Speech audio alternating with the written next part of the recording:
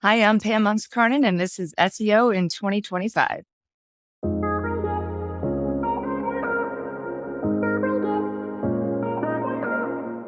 Pam, what's your number one SEO tip for 2025?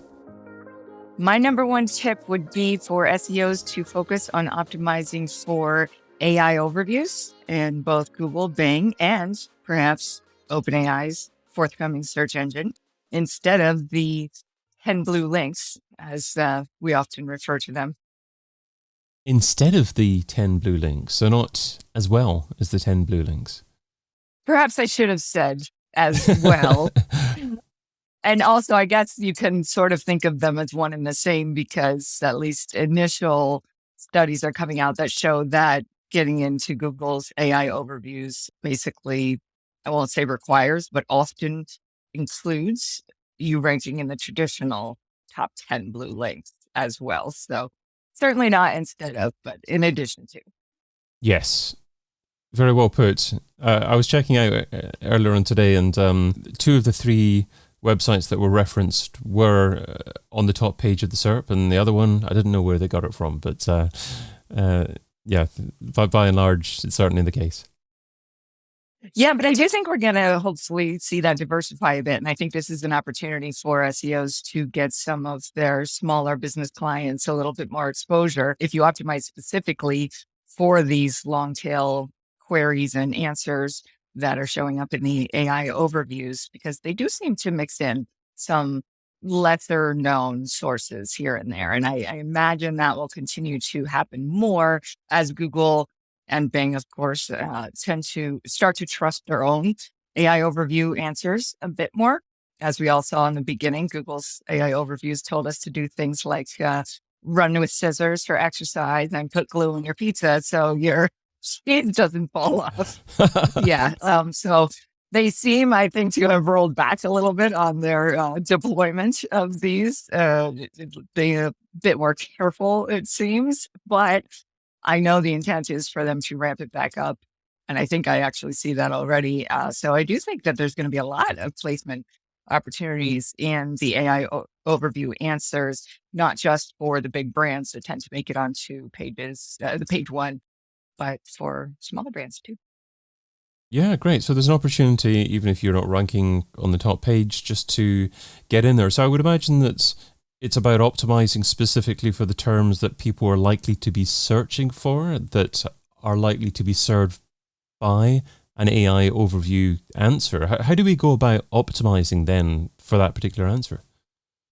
Yeah, great question. I think it's a little bit beyond our traditional keyword research and keyword optimization. What we're seeing is that the AI overviews look for very definitive statements. The easiest of which is to define something. So for queries like what is blah, blah, blah, you could say X is this. But going beyond that and looking at what else the AI overview kind of recaps for the user, whether it's a what is query or not, just looking at the types of information, it seems like subheads are going to be more important than ever before. So like that, you mean H3s, H4s? Yes. H2s, H3s, H4s, or whatever level you're using, the idea of chunking up your article into digestible bits, which is always a good idea for human skimmability because people's attention spans people like to skim. But I think for the AI overviews, it's incredibly important to look at what the overview is saying, whether it's in a definition or some other kind of recap. What are the points that it's touching on? To use medical as a simple example, symptoms, how to get a diagnosis, treatment, etc., would be kind of the subsections. And each of those is an opportunity to get found. And so if your content is structured accordingly, I feel like it's more likely that the AI overview will select one of your chunks. And that's some very important mindset, I think, is going into next year, is to think of your content in chunks. We're no longer optimizing an entire piece of content to take up one spot in the search. We are optimizing each piece as almost as if they're individual pieces of content, because we now have this opportunity to get found for individual elements of our content.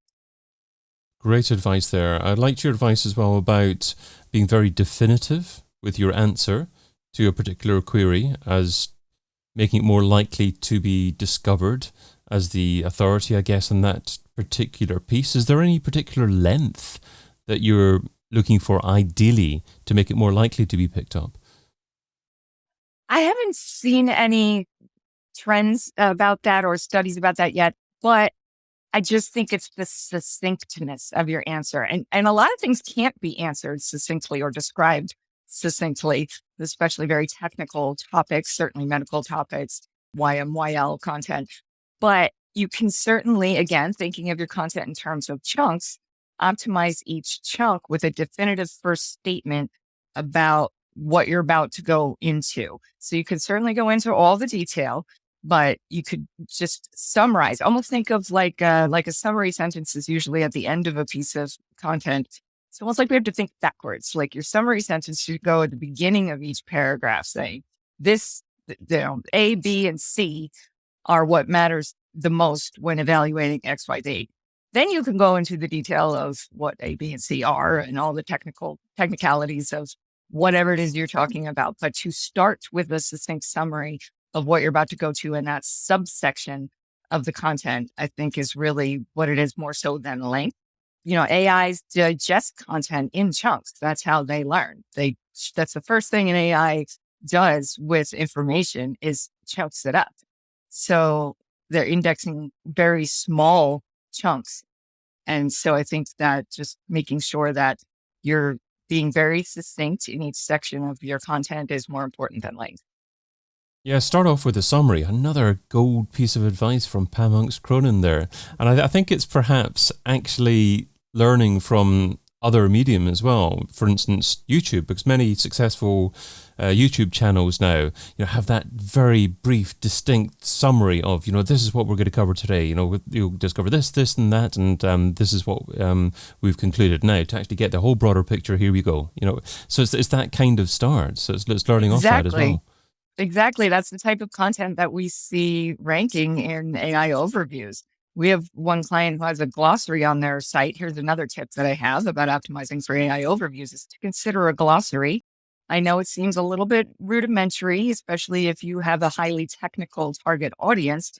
Why would we define these terms for our audience? They know what they are. But it's working for one of our clients in the medical YMYL space, just to define a condition first in a glossary, then go into more depth about it and about how their product can assist with it. But maybe it doesn't necessarily need to be in glossary structure per se. That's what's working off of them. But to just think about including definitions in your content, even if it's highly technical. How do we do keyword research to make it likely that we're looking at keyword terms that, again, are likely to end up producing an AI overview? Yeah, great question. I think that looking at the things that we are accustomed to looking at, such as the people also ask questions, the things to know section, the related searches section, all of that, those traditional components of the SERPs, I think, are still very good clues as to what, chunks of a topic the AI overview may want to cover. But what we've been doing specifically is using Gemini. So Google's AI overviews are powered by its Gemini AI. And so if you ask Gemini a question, it will give you an answer, certain chunks of information, and it won't necessarily immediately give you clear sources for each answer, but there's a little Google button at the bottom of it. It says something to the effect of double check this result. And if you click that, it will go find the sources and then give you the links of where it got each chunk. And then you can click and look at each piece of content. So of course, I guess we should think of this as AI topic research as opposed to keyword research or subtopic research or chunk research. I keep using the word chunks, maybe chunk research, where we're looking at what chunks or information are going to be delivered in the AI overview answer. and where they're getting that information from. And an interesting tidbit I learned just recently is that the AIs, like that, even the ones that use the web to learn and to cite sources, they actually assemble their answer first based on what they've already learned, and then they go look for sources to support it. And so this is important for a couple of reasons. One is you will get different sources each time you search. Sometimes, I mean, certain queries I've seen just give the same sources over and over again, but a lot of times it will mix up the sources every single time. So there's a lot of different opportunities to get found in AI overviews just because of that kind of random selection of sources. Secondly, Gemini will actually tell you if it had trouble finding a source for a certain tidbit of information that it gave you. So it gave it to you based on general knowledge that it has learned from the web, but at the moment that you ask it to double check its sources, it will highlight it in red and say, I can't find a good source for this at this time. That's a golden opportunity for SEOs to tell their clients to put that chunk of information in their content right away. Are there many major differences between optimizing for Google and Bing AI overviews? So to be honest, I haven't looked into Bing as much yet. You know, with Google having the lion's share of the market share, we've been focusing the most on trying to figure that out. Bing obviously tends to follow Google, so I don't see. Of course, I've kept an eye on it, and I don't see too much done super differently. At least not on the surface. That's obvious in Bing. So, and the third thing is that OpenAI's product that I mentioned before, they are coming out with their own search engine, Search GPT, and that also seems to work very similar to Google and Bing.